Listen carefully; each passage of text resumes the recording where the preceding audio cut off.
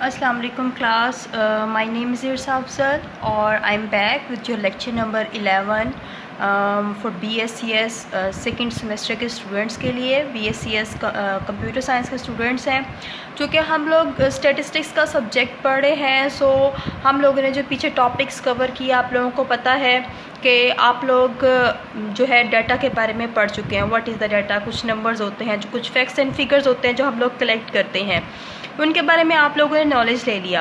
अब आप लोगों को मैं बताने जा रही हूँ कि जब आप लोगों ने डाटा को कलेक्ट कर लिया, डाटा को प्रेजेंट कर लिया, देन हम थर्ड टाइप के ऊपर आते हैं। प्रेजेंटेशन के साथ ही हम लोग डाटा को अपने डिस्क्राइब भी करना चाहते हैं। तो डाटा को डिस्क्राइब करने के लिए सबसे पहले आप लोगों के पास जो चीज़ या टूल, स्टैटिस्टिकल टूल होता है, वो होता है measures of central tendency. Okay class, आप लोगों को सामने बोर्ड पे नज़र आ रहा होगा, लिखा हुआ है measures of central tendency. Measures of central tendency क्या होता है कि जब हमारे पास जो डाटा मौजूद होता है, कुछ नंबर्स होते हैं, उसको हम डिस्क्राइब करना चाहते हैं, तो हम लोग सबसे पहले उसकी सेंट्रल वैल्यू को कंप्यूट करते हैं, सेंट्रल वैल्यू को मेजर करते हैं, ताकि हम देख सकें कि डाटा का ट्रेंड क्या है, डाटा का रुझान क्या है, या उसका सेंटर क्या है। तो किसी भी डाटा की जब हम लोग सेंट्रल वैल्यू को मेजर करते हैं या कंप्यूट करते हैं by using some formulas, some techniques, तो वो हमारे पास मेजर्स ऑफ सेंट्रल टेंडेंसी होती है।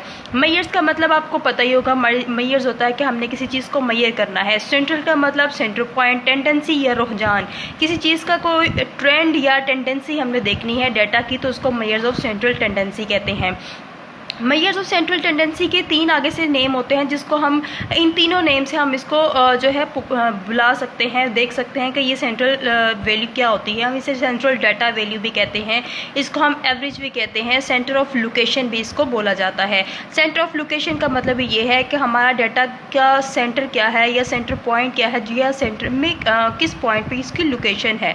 तो सेंटर ऑफ लोकेशन हम बेसिकली देख रहे होते हैं कि हमारे डाटा की लोकेशन क्या है। देन एवरेज भी हमारे डाटा के सेंटर पॉइंट को बताता है, central data value. For example जैसे फिजिक्स में हमने किसी चीज़ को बैलेंस करना होता है, तो हम उसकी सेंट्रल पॉइंट को देखते हैं। जैसे एक स्केल को एक पॉइंट पे बैलेंस करना हो, तो हम उसके सेंटर पॉइंट को देखते हैं और उसको उस पर बैलेंस करने की कोशिश करते हैं। इसी तरह से हमारा डाटा भी, जो हमें हमारे डाटा की होल इन्फॉर्मेशन हमें एक सेंट्रल वैल्यू से मिल जाती है। सो इसलिए हम लोग मेजर्स ऑफ सेंट्रल टेंडेंसी निकालते हैं। हमारे पास 3 तरह की class measures of central tendency main होती हैं। एक होती है arithmetic mean, median and mod. सबसे पहले अरिथमेटिक मीन के बारे में हम पढ़ेंगे। ये 3 काइंड ऑफ एवरेजेस हैं जो मेन हम लोग पढ़ते हैं। तीनों का पर्पस ही क्या होता है कि हम लोग अपने डाटा की सेंटर ऑफ लोकेशन निकालनी है या सेंट्रल वैल्यू को कंप्यूट करना है। अरिथमेटिक मीन क्या होता है? अरिथमेटिक मीन को हम लोग A.M से भी शो करते हैं। A.M का मतलब अरिथमेटिक मीन। इसकी डेफिनेशन क्या होती है, सामने बोर्ड पे लिखी हुई है मैंने। Sum of all numbers divided by its total numbers in the data. जब हम अपने डाटा के तमाम वैल्यूज़ को सम करके उसके टोटल नंबर पे डिवाइड कर देते हैं, तो हमारे पास अरिथमेटिक मीन आता है। फिर उसके बाद आते हैं कि इसका फॉर्मूला क्या होता है। स्टैटिस्टिकल फार्मूला जिसको यूज़ करते हुए हम लोगों ने अरिथमेटिक मीन को निकालना होता है, वो फार्मूला होता है mu is equals to summation x over n। Mu क्या होता है हमारे पास? म्यू एक नोटेशन है जिसको पॉपुलेशन मीन कहा जाता है। यानी अगर हमारे पास जो डाटा हमें दिया जाएगा क्वेश्चन में, अगर वो पॉपुलेशन का डाटा है, तो उसके लिए कहा जाए कि आप लोग मीन कंप्यूट करें, अरिथमेटिक मीन निकालें, तो उसको हम लोग mu is equal to summation x over n के फॉर्मूले से निकाल सकते हैं। सेकंड, अगर आपके पास डाटा सैंपल डाटा गिवन हो, तो हमें सैंपल मीन निकालने के लिए कहा जाए, तो हम लोग x bar is equal to summation x over n के फॉर्मूले से निकाल सकते हैं। बस नोटेशंस का फ़र्क है स्टूडेंट्स, बाकी आप लोगों का प्रोसीजर दोनों के लिए सेम होगा। पॉपुलेशन मीन और सैंपल मीन दोनों के लिए सेम होगा। हम लोग ज़्यादातर सैंपल के ऊपर काम कर रहे होते हैं, क्योंकि पॉपुलेशन हमें इन मोस्ट केसेस अवेलेबल नहीं होती है, तो हम लोग सैंपल डाटा के ऊपर मोस्टली काम करते हैं। सो अपना याद रखना है, जब आपको पॉपुलेशन मीन निकालने के लिए कहा जाएगा, तो म्यू का ये टर्म यूज़ करनी है। यानी यू के साथ इस तरह से एक लाइन बन रही होगी। It is basically a Greek letter. तो इस ग्रीक लेटर को यूज़ किया जाता है पॉपुलेशन मीन को नोटेशन देने के लिए। तो mu is equal to summation x over n population mean हो गया, और सैंपल मीन हो गया x bar is equal to summation x over n। आप ये भी देख रहे हो यहाँ पर कैपिटल X यूज़ हो रहा है, यहाँ पर स्मॉल x यूज़ हो रहा है, इस फॉर्मूले में कैपिटल N यूज़ हो रहा है, सैम्पल मीन के फॉर्मूले में स्मॉल n यूज़ हो रहा है। तो कैपिटल X आपके पास क्या है कि जो डाटा है आपके पास वो कैपिटल है या पॉपुलेशन डाटा है, और स्मॉल x का मतलब क्या है कि जो डाटा है आपके पास वो सैम्पल डाटा है। बस इस सिंपल नोटेशंस यूज़ करने के लिए, इसको इन दोनों फॉर्मूलाज को डिफ्रेंशिएट करने के लिए नोटेशंस को ऐसे लिखा गया है। सो बेसिक फार्मूला आपके पास अरिथमेटिक मीन का क्या हो गया, x bar is equal to summation x over n। अब समेशन x ओवर n को भी एक्सप्लेन कर देती हूँ। समेशन x ओवर n क्या होता है, जिसमें आपके पास sigma, this one is called the sigma, और इस सिग्मा का मतलब क्या होता है कि हमने जब किसी भी वैल्यू या हमें जो वैल्यूज़ या डाटा गिवन होता है, कुछ नंबर्स गिवन होते हैं, उनको आपके पास में ऐड करना होता है, तो हमारे पास क्या होता है, ये सिग्मा का वर्ड यूज़ किया जाता है, जिसको हम कहते हैं सम ऑफ द वैल्यूज़। और कैपिटल N क्या होगा, जब आप लोगों के पास पॉपुलेशन का डाटा होगा, उसके नंबर्स को आप काउंट करोगे कितनी वैल्यूज़ हमें डाटा में गिवन है, तो वो कैपिटल N से शो किया जाएगा। और स्मॉल n क्या होता है कि जितनी वैल्यूज़ आपके सैम्पल डाटा के अंदर गिवन होती हैं वो आपके पास स्मॉल n होगा। अब यहाँ पर मैंने एक एग्जांपल भी लिखी हुई है आप लोगों के सामने, ताकि आपको बता सकूँ कि मीन हम लोग कैसे कंप्यूट करते हैं। आप लोगों के पास एक डाटा है जिसमें आपके पास ये देखें 1 3 2 5 4, ये आप लोग प्रीवियस जो मेजर्स ऑफ सेंट्रल टेंडेंसी के बारे में पढ़े थे, जिसमें मैंने आपको बताया कि मेजर्स ऑफ सेंट्रल टेंडेंसी क्या होता है, जिसमें आप लोग मिड वैल्यू या डाटा का सेंट्रल पॉइंट जो है उसको निकालते हो, कंप्यूट करते हो। यहाँ पर डाटा के सेंट्रल पॉइंट को निकालने के लिए मोस्ट कॉमन एवरेज जो यूज़ की जाती है वो क्या होती है, अरिथमेटिक मीन। अरिथमेटिक मीन को कैसे सॉल्व किया जाता है उसके लिए मैंने एक एग्जांपल दी है for ungroup data. Ungroup data क्या होता है, आपके पास ऐसा डाटा होता है जिसमें आपके पास डाटा में ग्रुपिंग नहीं हुई होती। इसके बारे में मैं एक्सप्लेन करूँगी अनग्रुप और ग्रुप डाटा होता क्या है। ये बेसिकली आपके पास एक एग्जांपल है कि आपके पास 5 वैल्यूज दी गई हैं 1 2 3 4 5, और कहा गया है इसका मीन निकाल दें। मीन निकालने का फॉर्मूला क्या होता है, अरिथमेटिक मीन के x bar is equal to summation x over n। और आप लोग क्या करते हो, इन तमाम वैल्यूज़ को जो आपके डाटा में गिवन होती हैं उनको ऐड कर देते हो, जैसे 1 + 2 + 3 + 4 + 5, और जितनी वैल्यूज़ टोटल होती हैं जिनको ऐड किया होता है उस नंबर पे आप लोगों ने डिवाइड करना। चूँकि 5 वैल्यूज़ को आपने ऐड किया है तो डिवाइज़र में आप लोग लिख दोगे 5, और ऐड करने के बाद 5 पे डिवाइड करोगे तो आपके पास अरिथमेटिक मीन आ जाएगा x bar is equal to 3। Students, ये बहुत ही ईजीएस्ट वे है आपका और मोस्ट कॉमन यूज़ एवरेज है, तो इसमें आप लोगों को कोई डिफ़िकल्टी नहीं होनी चाहिए समझने में कि अरिथमेटिक मीन होता क्या है। फिर आते हैं मीडियन की तरफ। मीडियन भी आपकी second kind of most common average है। मीडियन जिसकी डेफिनेशन ये होती है कि आप लोगों ने मिड वैल्यू निकालनी होती है। अब मिड वैल्यू आपने कैसे निकालनी होती है, आप लोग क्या करते हो, आपके पास कुछ स्टेप्स होते हैं मिड वैल्यू निकालने के लिए। सबसे पहले तो आप लोग अरेंज करते हो अपने डाटा को असेंडिंग ऑर्डर में, फिर उसके बाद उसमें से जो आपकी मिड वैल्यू होती है उसको आप लोग सिलेक्ट कर लेते हैं। अब यहाँ पर सबसे पहले असेंडिंग ऑर्डर में डाटा को अरेंज कैसे करेंगे और उसकी मिड वैल्यू को सिलेक्ट कैसे करेंगे मीडियन निकालने के लिए, तो ये आप लोगों को नज़र आ रहा है। आपके पास एग्जाम्पल गिवन है डाटा की जिसमें 3 1 4 5 2 कुछ नंबर्स गिवन है। अब इन नंबर्स को आप लोगों ने असेंडिंग ऑर्डर में पहले इस डाटा को अरेंज करना होगा। अब देखें यहाँ पर असेंडिंग ऑर्डर का मतलब क्या होता है, सबसे स्मॉलेस्ट वैल्यू को पहले लिखा, फिर उसके बाद second largest, third largest, fourth largest and fifth largest, यहाँ तक आप लोगों के असेंडिंग ऑर्डर की अरेंजमेंट हो जाएगी। अब यहाँ पे आपको जो डाटा गिवन है ये वाला, जिसमें आप लोगों के पास सबसे स्मॉलेस्ट वैल्यू 1 है, then second one is 2, third and 4 5। इस तरह से आप लोगों ने अपने डाटा को अरेंज कर लिया।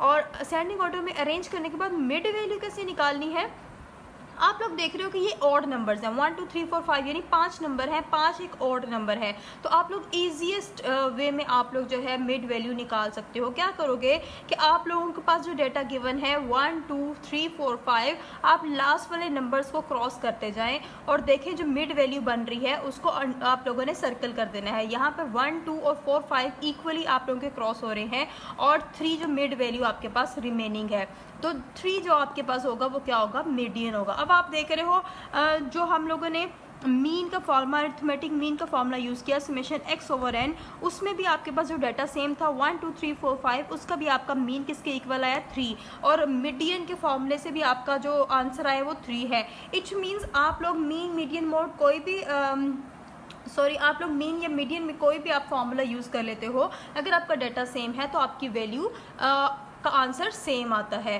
सो ये आप लोगों ने सीखा मीन या मीडियन कैसे निकालना है। अब हम सीखेंगे कि मीडियन को आप लोगों ने, जब आपके पास आपको मीडियन निकालने के लिए दिया जाएगा और कहा जाएगा कि मीडियन निकालें, जिसमें आप लोगों ने क्या करना होगा कि आपके पास जो डेटा गिवन होगा वो इवन वैल्यूज़ होंगी, वहाँ उसमें आप लोगों ने मीडियन कैसे निकालना होता है। क्लास अब देखते जाएं गौर से कि आप लोगों के पास जब इवन वैल्यूज़ गिवन होंगी, फॉर एग्जांपल यहाँ पे जो आपका डेटा गिवन है 3, 1, 4, 5, 2, इसमें मैं थोड़ी सी और एडिशन कर देती हूँ। अब जो आपका डेटा गिवन है वो क्या है, 3, 1, 4, 4, 5, 2। अब मैंने एक वैल्यू की एडिशन कर दी और आप देख रहे हैं, अब काउंट करके देख लें 1, 2, 3, 4, 5, 6। अब आपके पास डेटा की वैल्यू 6 है और 6 एक इवन नंबर है, 6 इवन नंबर है। सो अब आप लोगों ने क्या करना है, इसका मीडियन निकालना है। सेम स्टेप के पहले आप लोग मीडियन निकालने के लिए क्या करेंगे, इस डेटा को असेंडिंग ऑर्डर में अरेंज कर देंगे। तो बाय अरेंजिंग, जब आप इसे अरेंज करोगे तो आपके पास क्या वैल्यू बनेगी, देखें 1 सबसे smallest value, then 2, then 3, then 4, 4 and 5। ये आपके पास डेटा आ गया। अब आप लोगों ने इसकी मिड वैल्यू निकालनी है। आप देख रहे हो लास्ट 2 वैल्यूज़ भी कट हो रही हैं, यहाँ से भी आप लोगों ने कट कर दी वैल्यूज़। अगर यहाँ से 4 कट करते हो, यहाँ से 3 कट करते हो, तो मिड में आपके पास कुछ भी लेफ्ट नहीं होता है। इट मीन्स आपकी यहाँ पर 2 मिड वैल्यूज़ जो हैं वो रिमेनिंग आ रही हैं। अब इन 2 मिड वैल्यू से आप लोगों ने क्या करना है, मीडियन की वैल्यू निकालनी है। जब ऐसी सिचुएशन होगी तो आप क्या करोगे, आप लोगों के पास जब इवन नंबर आता है तो उसके लिए आपने जब मीडियन निकालना होता है, ये आप लोग एक्स करली से मीडियन को शो करते हो। आप लोगों ने क्या करना है, जो मिड वैल्यूज आपके पास आएंगी उन दोनों को ऐड कर देना है, यानी 3 और प्लस 4 है। ऐड करने के बाद इनको 2 पे डिवाइड कर दें, ठीक है। तो इस तरह से आपके पास मिड वैल्यू आ जाएगी। ये आपके पास क्या होगा, आपका मीडियन।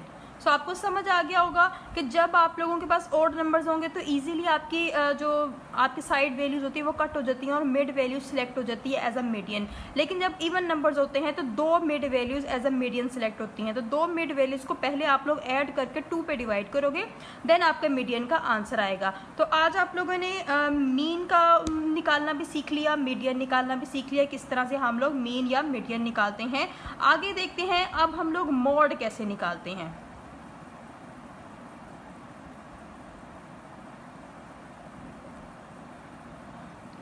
ओके क्लास, तो आप लोग पढ़े हैं कि मीडियन आप लोगों ने पढ़ लिया। अब मैं आपको बताने जा रही हूँ मॉड क्या होता है।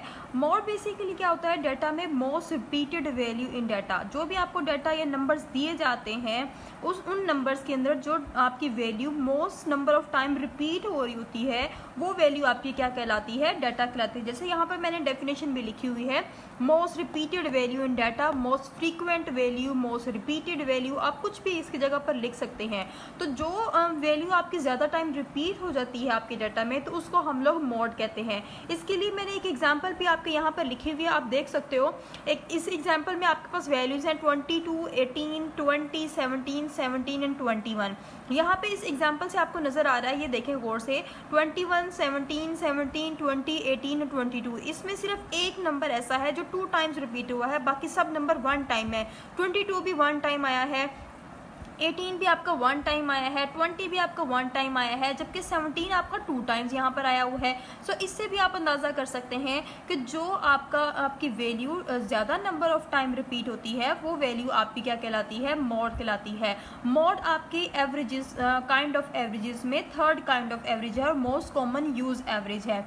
यानी बहुत ही सिंपल वे है कि आप अपने डेटा में देखें जो वैल्यू आपकी ज़्यादा टाइम रिपीट हो रही है वो आपका मॉड कहलाता है। अब आपके पास यहाँ पर है 17 रिपीटेड 2 टाइम्स, आपका 17 जो है 2 दफ़ा रिपीट हो रहा है। इट मीन्स आपका जो मॉड है वो क्या होगा, 17 होगा। अच्छा, मॉड की जो मॉड के लिए आप लोग जो यूज़ करते हो नोटेशन वो क्या होती है, एक्स हैट। एक्स के ऊपर जब आप लोग हैट बना देते हो तो वो आपकी मॉड की नोटेशन होती है। सो यहाँ पर एक्स हैट किसके इक्वल आ गया, 17 के। एक और एग्जांपल आपको मैं यहाँ पे दिखा रही हूँ।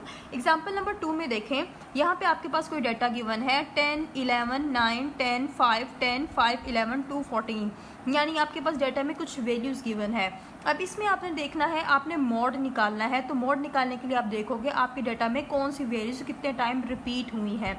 अब यहाँ पर आप देख रहे हो 10 आपके पास 3 टाइम रिपीट हुआ है, 10, 10 और 10, ठीक है। और यहाँ पर 9 आपके पास 1 टाइम रिपीट हुआ है, 5 1 टाइम 2 टाइम रिपीट हुआ है, 11 2 टाइम रिपीट हुआ है, 2 1 टाइम और 14 1 टाइम। तो जो आपके पास ज़्यादा number of time value repeat हुई है उसे मैंने ब्लू में अंडरलाइन किया हुआ है। देखें, आप गौर से देख सकते हो। आपके पास 3 मिनट्स हैं, आप डाटा को गौर से देखो और चेक करो कौन सी वैल्यू आपकी ज़्यादा नंबर ऑफ टाइम रिपीट हुई है। तो आपके पास 10 जो है ज़्यादा नंबर ऑफ टाइम रिपीट हुआ है, जिसको मैंने ब्लू से अंडरलाइन किया हुआ है। आगे मैंने बताया भी है कि 11 आपके पास 2 टाइम रिपीट हुई है, 10 आपके पास 3 टाइम रिपीट हुई है। तो जो वैल्यू आपकी ज़्यादा नंबर ऑफ टाइम रिपीट होती है वही वैल्यू आपकी मॉड कहलाती है। अब यहाँ पर मॉड क्या हो गया, x hat is equals to 10। So ये भी आपको समझ आ गया होगा। अब समटाइम्स आपके डाटा में क्या होता है कि आपका एक मॉड आपके डाटा का नहीं होता, यानी वो आपका जो डिस्ट्रीब्यूशन होती है डाटा की वो बाय मॉडल डिस्ट्रीब्यूशन होती है, यानी एक से ज़्यादा मॉड होते हैं। ये यूनी मॉडल डिस्ट्रीब्यूशन है जिसमें एक एक मॉड आपके पास आ रहा है 10 और यहाँ पर आपके पास मॉड आ रहा है 17। जिस आपके डाटा की डिस्ट्रीब्यूशन में आपकी वैल्यूज़ या आपका मॉड 2 टाइम्स आता है या मॉड की 2 वैल्यूज़ होती हैं, वो आपके पास बाई मॉडल डाटा होता है। अब मॉड की 2 वैल्यूज़ होने का मतलब क्या है। फॉर एग्जांपल अगर मैं यहाँ पर 10 की वैल्यूज़ को रेज कर दूँ, ये देखें 10 मैंने यहाँ पर रेज कर दिया और आप लोग देख रहे हो 10 रेज होने के बाद आपके पास 2 वैल्यूज़ आ रही हैं। एक आपके पास आ रहा है 5, 2 टाइम्स रिपीट हो रहा है, और एक आपके पास 11 2 टाइम्स रिपीट हो रहा है। तो यहाँ पर आपका मॉड क्या होगा, क्योंकि यहाँ पर 2 वैल्यूज हैं जो 2 टाइम्स रिपीट हो रही है, यहाँ पर टाई हो गया। सो जब आपके पास ऐसी सिचुएशन होती है तब आप लोग क्या करते हो, आप लोग अपने मॉड की वो दोनों वैल्यूज लिख देते हो जो इक्वली रिपीट हुई होती हैं, यानी 11 भी 2 टाइम रिपीट हुआ, 5 भी 2 टाइम रिपीट हुआ। तो यहाँ पर आपके मॉड का आंसर क्या हो जाएगा क्लास, आप लोग मुझे खुद बताइए। यहाँ पर आपके मॉड का आंसर हो जाएगा 5 and 11। Got it. So sometimes जब आप लोगों ने मॉड निकालना होता है तो आपके पास डाटा में 2 मॉड आ जाते हैं या 3 मॉड आ सकते हैं, क्योंकि 3 values equal number of time repeat होती हैं। यहाँ पर 5 और 11 2 टाइम्स रिपीट हुए, तो आपको यहाँ पर 2 आ गया, मॉड की वैल्यूज 2 आ गई। सो जब आपके पास इस तरह की सिचुएशन होगी तो आपका डाटा बाय मॉडल होगा, और जब आपके पास मॉड की सिंगल वैल्यू होगी तो आपके पास यूनी मॉडल डाटा होगा। होप सो आप लोगों को अंडरस्टैंड हो गया होगा कि what is meaning of mod, और मॉड किस फॉर्मूले से या किस मेथड से फाइंड किया जाता है, what is mean and what is median. ये 3 मोस्ट कॉमन एवरेजेस हैं जिनको हम लोग यूज़ करते हैं अपने डाटा में निकालने के लिए। अब यहाँ तक हम लोगों ने जो भी काम किया क्लास, वो सारा अनग्रुप डाटा के लिए काम किया है। अनग्रुप डाटा के जितनी आपकी एक्सरसाइज में शेर मोहम्मद चौधरी की बुक है आपकी, ठीक है, जो मैंने आप लोगों को वेरी फर्स्ट चैप्टर के लिए रिकमेंड की थी, आप लोगों ने होप्सो परचेज़ की होंगी बुक्स, मार्केट में इजीली अवेलेबल है, इल्मी बुक डिपो से भी आप लोग परचेज़ कर सकते हो। तो उसमें आप लोगों के पास जो आपका 3rd चैप्टर है मेजर्स ऑफ सेंट्रल टेंडेंसी, उसमें आप लोगों ने उस चैप्टर में से जितने भी आपके मीन, मीडियन और मॉड फॉर अनग्रुप डाटा के क्वेश्चंस होंगे वो आप लोगों ने प्रैक्टिस कर लेने हैं। Okay fine. अब मैं आप लोगों को बताने जाऊंगी कि आप लोग ग्रुप डाटा क्यों यूज़ करते हो और ग्रुप डाटा के लिए मीन, मीडियन और मॉड हम लोग कैसे कंप्यूट करते हैं। तो अब आप लोगों को मैंने बताने जा रही हूँ कि आप लोग ग्रुप डाटा क्यों यूज़ करते हो या ग्रुप डाटा की हमें ज़रूरत क्यों पड़ती है। हम जब इजीली अनग्रुप डाटा जो हमारे पास मौजूद है, जैसे यहाँ पर आपके पास अनग्रुप डाटा है, अर्थमेटिक मीन आपने उसका निकालना है, आपके पास एक्स वेरिएबल। अच्छा, एक्स वेरिएबल इसको क्यों कहा गया है, यानी एक्स एक ऐसा वेरिएबल है या ऐसा एक कैपिटल है जिसको हम वेरिएबल कह रहे हैं क्योंकि उसकी एक से ज़्यादा वैल्यूज़ हैं जो कि वेरी कर रही हैं, चेंज हो रही हैं। जैसे 10 है, 13 है, 15, 17, 19, जो किसी भी हमारे पास डाटा मौजूद होता है तो उसको हम लोग वेरिएबल क्यों कह देते हैं, एक्स या वाई या जी, इस वजह से कहते हैं क्योंकि उसकी कुछ वैल्यूज़ होती हैं जो कि चेंज हो रही होती हैं और वो वेरी कर रही होती हैं, इसलिए उसको वेरिएबल कहा जाता है। सो यहाँ पर एक्स वेरिएबल की जो वैल्यूज़ हैं आपके पास क्या हैं, 10, 13, 15, 17, 19। आप चाहें तो आप लोग इसको रो वाइज भी रहने दें, कॉलम में लिखना ज़्यादा ज़रूरी होता है मेथड में। सो आप लोगों ने इन्हें कॉलम में लिख लिया, फिर उसके बाद आपका क्या तरीका होता है, क्योंकि आपने एक्स बार निकालना है और एक्स बार का फॉर्मूला आपके पास क्या होता है, समेशन एक्स ओवर एन। आप लोग क्या करोगे, इन तमाम वैल्यूज़ का समेशन ले लोगे। अब मैंने यहाँ पर समेशन पहले नहीं लिया हुआ क्योंकि मैं आपको बताना चाह रही थी कि आप लोग कैलकुलेटर कैसे यूज़ करोगे। आप लोग क्लास कैलकुलेटर्स परचेज कर ले, साइंटिफिक कैलकुलेटर है, यहाँ पर आपको नज़र आ रहा है कैसियो का 570 ES है, तो आप इसको परचेज करें। इसी साइंटिफिक कैलकुलेटर को परचेज करें क्योंकि इसमें स्टैटिस्टिक्स के फीचर्स भी होते हैं और आपने स्टैट्स के क्वेश्चन करने हैं तो बेहतर है आप इसको परचेज कर लें।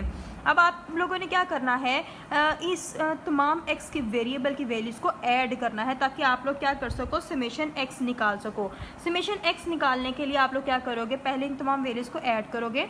10 + 13 + 15 + 17 + 19, तो आपने इन तमाम वैल्यूज़ को ऐड कर दिया तो आप लोगों के पास जो आंसर आया वो आप लोग कैलकुलेटर पे देख सकते हो 74 है। सो आप लोगों ने क्या करना होता है, जब एक कॉलम में आप वैल्यूज़ लिखते हो, कॉलम में आप लोगों ने सबसे पहले हेडिंग देनी होती है कॉलम की, जो भी वेरिएबल है एक्स वाई जी जिसका भी डाटा है आप लोग, तो क्या करोगे, एक्स लिखोगे, फिर उसके नीचे तमाम वैल्यूज़ जो कि आपके डाटा में गिवन है वो लिख दी।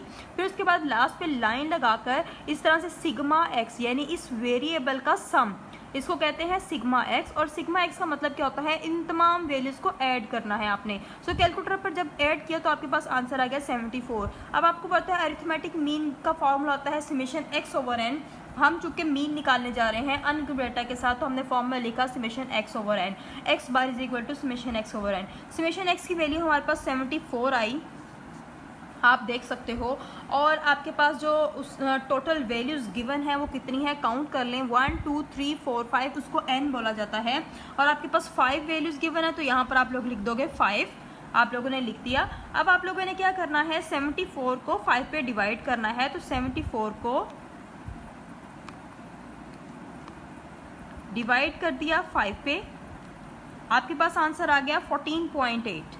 सो ये बहुत इजी वे था कि आप लोगों ने अनग्रुप डाटा से मीन कैसे निकालना होता है, अरिथमेटिक मीन क्या निकालना होता है। अब आते हैं ग्रुप डाटा की तरफ। हमें ग्रुप डाटा की ज़रूरत क्यों पड़ती है, सबसे पहले ये देखें, आपके पास ये डाटा गिवन है 10 13 10 10 15 13 15 13 17 और 19।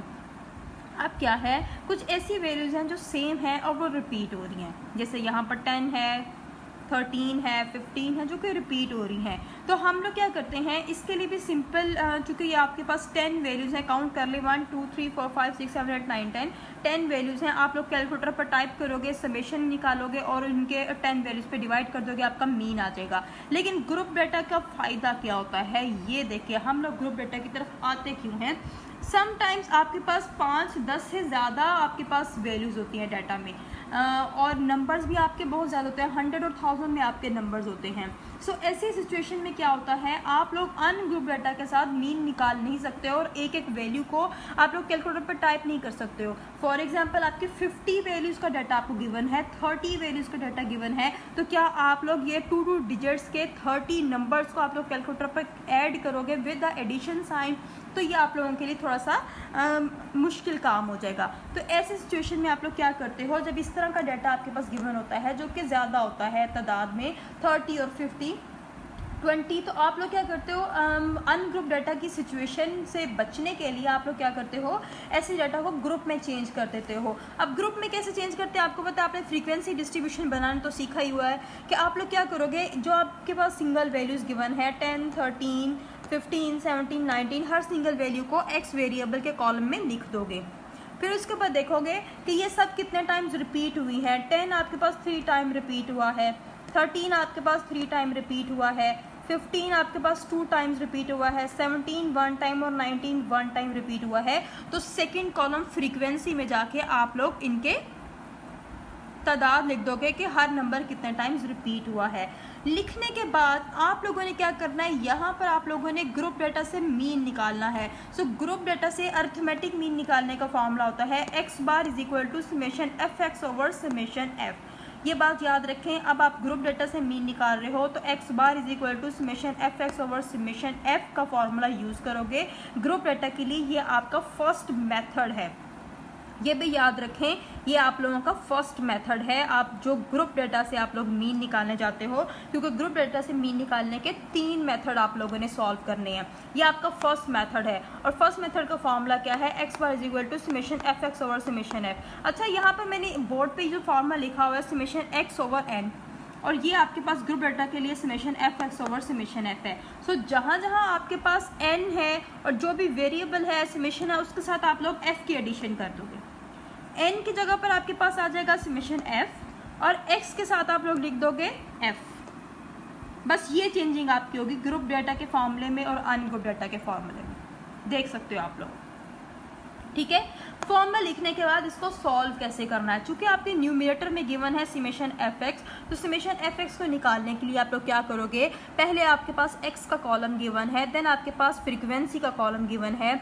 आप लोग क्या करोगे, इन 2 कॉलम्स को प्रोडक्ट निकालना शुरू कर दोगे कॉरेस्पॉन्डिंगली। यानी 10 के सामने अगर 3 है फ्रीक्वेंसी में तो 10 cross 3 is equals to 30, then 13 cross 3 is equals to 39, 15 cross 2 is equals to 30।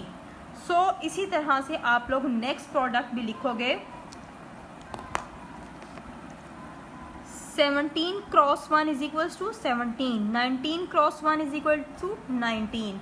ये जब आप लोग कॉलम कंप्लीट कर लेंगे, इसको कंप्लीट करने के बाद आप लोगों ने इसका समेशन निकालना है जिसका होगा समेशन एफ एक्स ने। अब इसका समेशन निकालने का अच्छा देखिए, पहले आप लोगों ने क्या एक स्टेप किया कि जिसमें आप लोगों ने तमाम जो कॉरेस्पॉन्डिंग वैल्यूज़ है एक्स और एफ की कॉलम की, उनको आप लोगों ने प्रोडक्ट निकालना है। कैलकुलेटर से बहुत ही एक ईजी वे है पहले प्रोडक्ट निकाल कर डायरेक्ट सम निकालने का। आप लोग क्या करते हो, ये देखें 10 क्रॉस 30 लिख करोगे आप लोग तो आपके पास आंसर 30 आएगा। इसी तरह अगर आप लोग करते हो 17 क्रॉस 1, ठीक है, तो आप लोग इक्वल का बटन प्रेस करते हो आंसर लेने के लिए। अब आप लोगों ने इक्वल का बटन प्रेस नहीं करना होगा, इसकी जगह पे आप लोग क्या करोगे, 17 क्रॉस 1 करने के बाद आप लोग m प्लस का बटन दबा दोगे।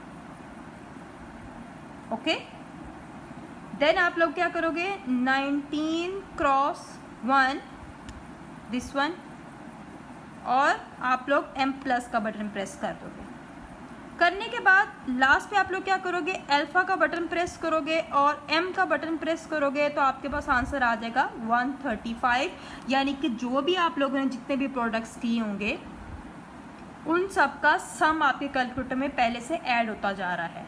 वो कैसे निकाला, आप लोगों ने शिफ्ट का बटन और यहाँ पर आप लोगों ने m प्लस के बटन को दबा दिया और इक्वल का बटन प्रेस किया तो 135 आपके पास आंसर आ गया। इस कॉलम का सम अगर इस तरह से अगर आप लोग वेरीफाई भी करना चाहते हो तो वेरीफाई भी कर सकते हो। देखो इस कॉलम का सम क्या आ रहा है, आप लोग टाइप करके देख लो। ये क्या आप लोगों को दोबारा टाइप नहीं करनी पड़ेंगी values, 30 plus 39 plus 30 plus 17 plus 19 135। सो देख रहे हो आप लोग कि आप लोग डायरेक्ट प्रोडक्ट करके उसको आप लोग सम में कन्वर्ट कर सकते हो, आपको अलग से टाइप करने की ज़रूरत नहीं पड़ेगी कैलकुलेटर में। सो इस तरह के कैलकुलेटर में बहुत आसानी है आपके लिए। फिर दोबारा देख लेंगे मैंने काम कैसे किया। कोई भी काम नया शुरू करने से पहले आप लोग क्लियर कर लिया करें, पुरानी मेमोरी को कर लिया। अब चूँकि हमें क्या चाहिए, एफ और एक्स कॉलम का प्रोडक्ट भी चाहिए और उसका सम भी चाहिए। तो क्या करेंगे हम लोग, 10 क्रॉस 3 बटन प्रेस करेंगे m प्लस का, हमारे पास प्रोडक्ट आता जा रहा है। Then 13 cross 3 39, then 15 cross 2 30, 17 cross 1 17, 19 cross 1। अब हम लोगों ने सारे प्रोडक्ट्स निकाल लिए। अब हमें क्या चाहिए, समेशन एफ एक्स यानी इस तमाम कॉलम का सम, जो कि आप लोगों ने निकालना होगा। और उसको निकालने के लिए आप दोबारा से क्या करोगे, इन तमाम वैल्यूज़ को ऐड करोगे इस तरह से 30 + 39 यही करोगे ना।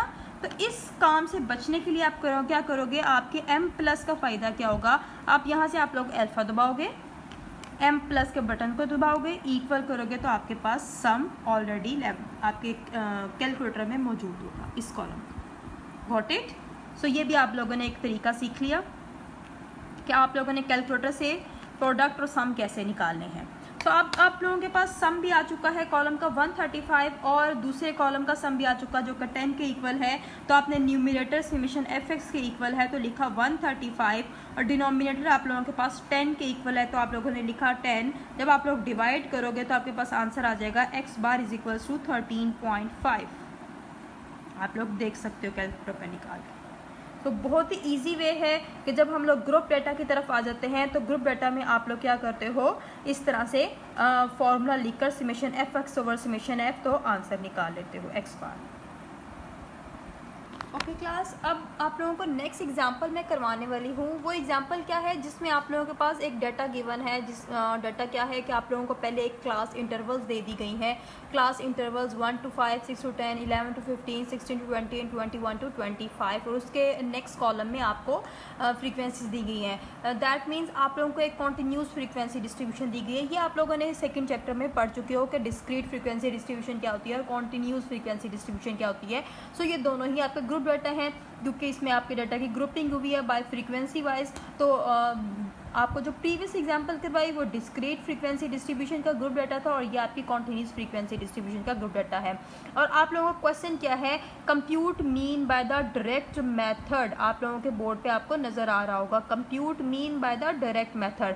अब आप लोगों ने अरिथमेटिक मीन ही निकालना है, डायरेक्ट मेथड से आप लोगों ने निकालना है। तो आप लोगों का तरीक़ेकार क्या होगा, अब यहाँ पर मैंने इसका सोल्यूशन नहीं किया हुआ, मैं आप लोगों को स्टेप बाय स्टेप इसका सोल्यूशन बताते जाती हूँ ताकि आप लोगों के लिए क्वेश्चन को सॉल्व करना ज़रा आसान हो जाए। अच्छा, पहले हम लोग क्या करते हैं, डायरेक्ट मेथड आप लोगों के पास क्या होता है कि आप लोगों ने x बार निकालना होता है। जब आपको कहा जाए मीन निकालना डायरेक्ट मेथड से तो आपने x बार निकालना होता है और फॉर्मूला डायरेक्ट मेथड का आपके पास होता है जो आपने पीछे पढ़ा, summation fx/समेशन f।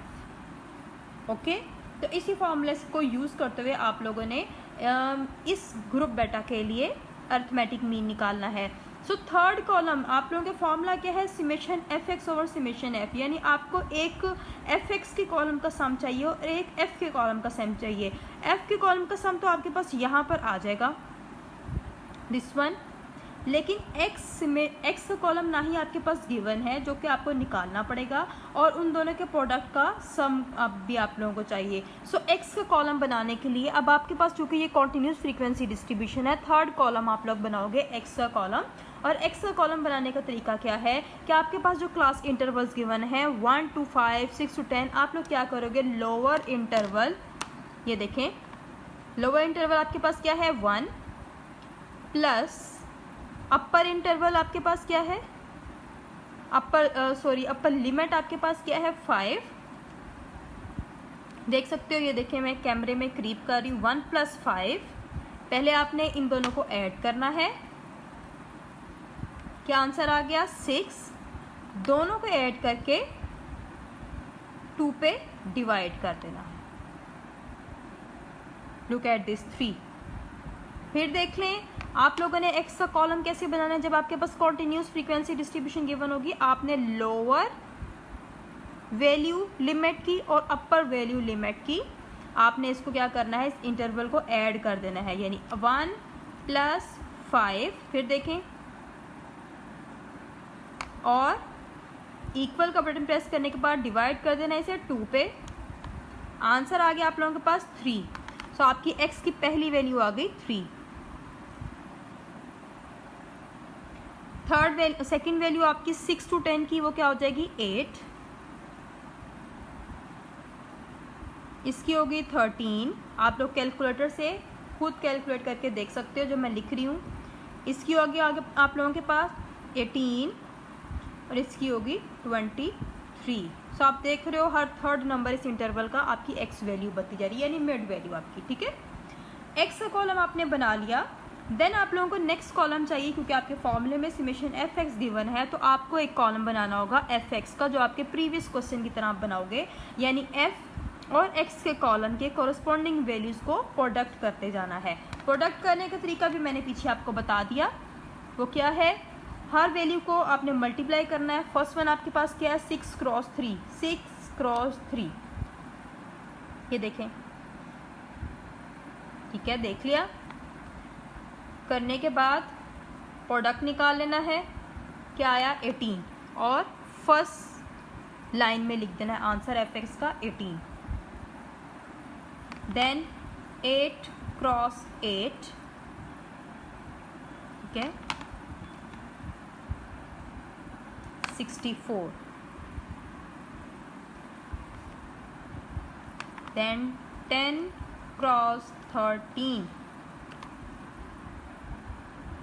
130। Then 18 cross 2,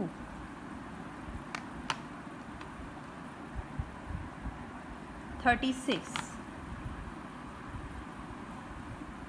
Again 23 cross 4,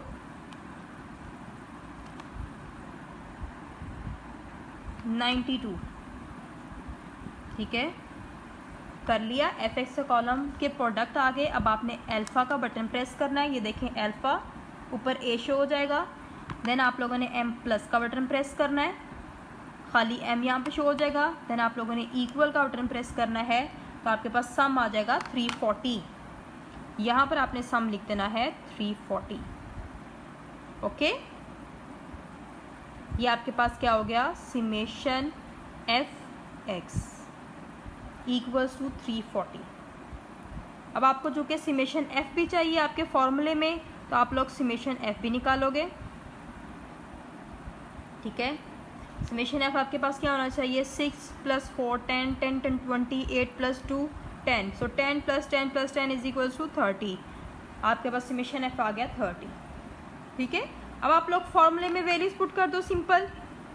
आपके पास फॉर्मूला क्या है, summation f x over summation F, तो लिखो 340 समेशन एफ एक्स की जगह पर, समेशन एफ की जगह पर लिखो 30, और आंसर निकाल लो।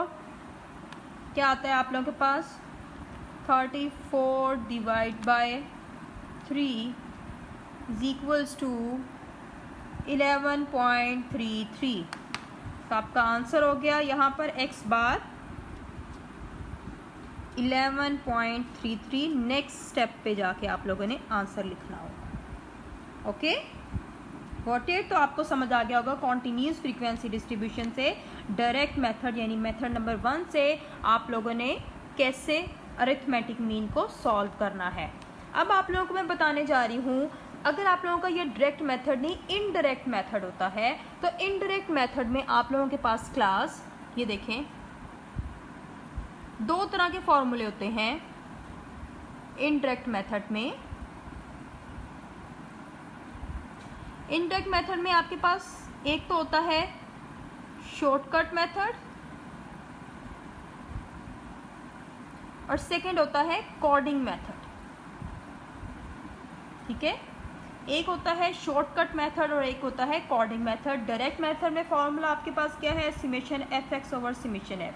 इनडायरेक्ट मेथड में आपके पास 2 फार्मूले होते हैं, शॉर्टकट एंड कोडिंग। शॉर्टकट का ज़रा आप लोग फार्मूला देख लें किसके इक्वल होता है, x bar is equals to a plus summation d over n, जब आप लोग अनग्रुप डाटा के लिए निकाल रहे होगे, ठीक है। और जब कोडिंग मेथड का फॉर्मूला आपके पास क्या होता है, x bar is equals to a plus summation u over n cross h for the ungroup data, ठीक है। और जब यही फॉर्मूला शॉर्टकट और कोडिंग ग्रुप डाटा के लिए होंगे, तो आप लोग कैसे निकालोगे, x bar is equals to a plus summation f d over summation f, और यहाँ पर आ जाएगा x bar is equals to a plus summation f u over summation F cross H.